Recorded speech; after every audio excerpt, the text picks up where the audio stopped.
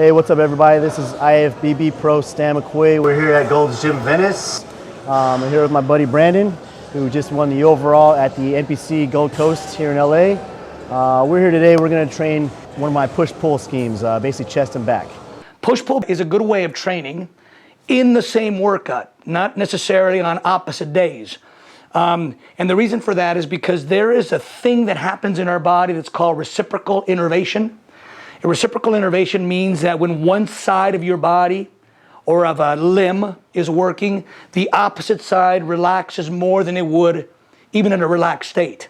So when you activate your bicep, when you pull on a curl, your tricep is actually more relaxed than you even can imagine.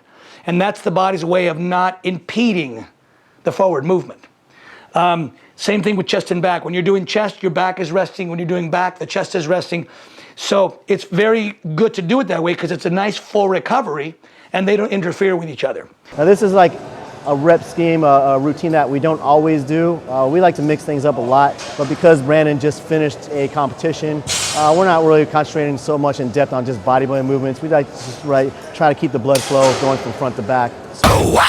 Standard lat pull down, most guys will tend to pull the bar to the chest. I want him to stop a little bit shorter, so go ahead and pull down. So what you're gonna do is you can stop right here. So basically we're gonna keep the tension just on this part of the lat and don't let it transfer to the rhomboid area. So basically it's gonna feel like you're just doing a partial. Good. And then when you pull down, as you pull and squeeze as if you're reposing. So look at the detail in here. I just want to keep tension just on that right there. If you were to look at an anatomy chart, what you'll see is fibers, muscle fibers, that start in the spine and travel diagonally outward. Some of those lat fibers tie in low into the top of the pelvis. And following the rule in biomechanics that all muscles pull toward their origin, we're gonna watch this lat pull down and we're gonna ask ourselves a simple question. Is the operating lever, in this case the upper arm, the muscle that's being moved by the lats, is it being moved toward the origin? That is the goal. Full extension, all the way up, stretch, and then pull. Yep, right here. So it's right there. Lat pull downs, chin ups have been around for a long time. They're conventional exercises, they're accepted exercises, they're exercises that we've thought are foundational. But there's a couple of problems that I see with a lat pull down or with a chin up. Number one is you're pulling vertically.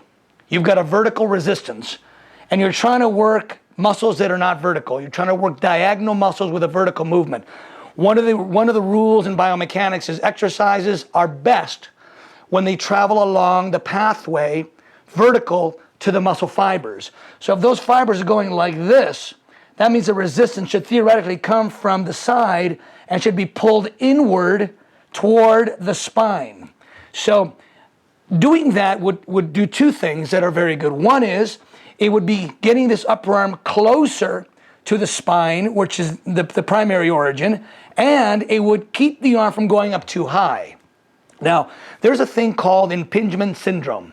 And impingement syndrome means that you are pinching the infraspinatus tendon that comes out of the top of the shoulder blade and wraps around into the top of the humerus. We all have one of these tendons, by the way. And if you look up, if you Google impingement syndrome, you will see dozens and dozens of pictures of the humerus being brought up underneath the acromion process, which is the top of the shoulder blade, pinching repeatedly that infraspinatus tendon. Anytime you put your hands overhead, whether it's an overhead press, whether it's a pull down, whether it's a chin up, you're going to squeeze to some degree that tendon. Now, there's two questions we have to ask ourselves is squeezing that tendon essential for lat growth? I would say no. If you do a diagonal movement, you can avoid pinching that tendon and maximize latissimus stimulation. The other thing is, can you avoid it? You cannot avoid it by doing something like this. Now, you've probably experimented with chin-ups and pull-ups, and you can feel there's a shifting of the shoulders that occurs at a certain point. In fact, you may have even done what I've done, which is to stop halfway up when your scapula spreads and you feel like that's as far as I really need to go. Well, that's exactly right. That is as far as you need to go.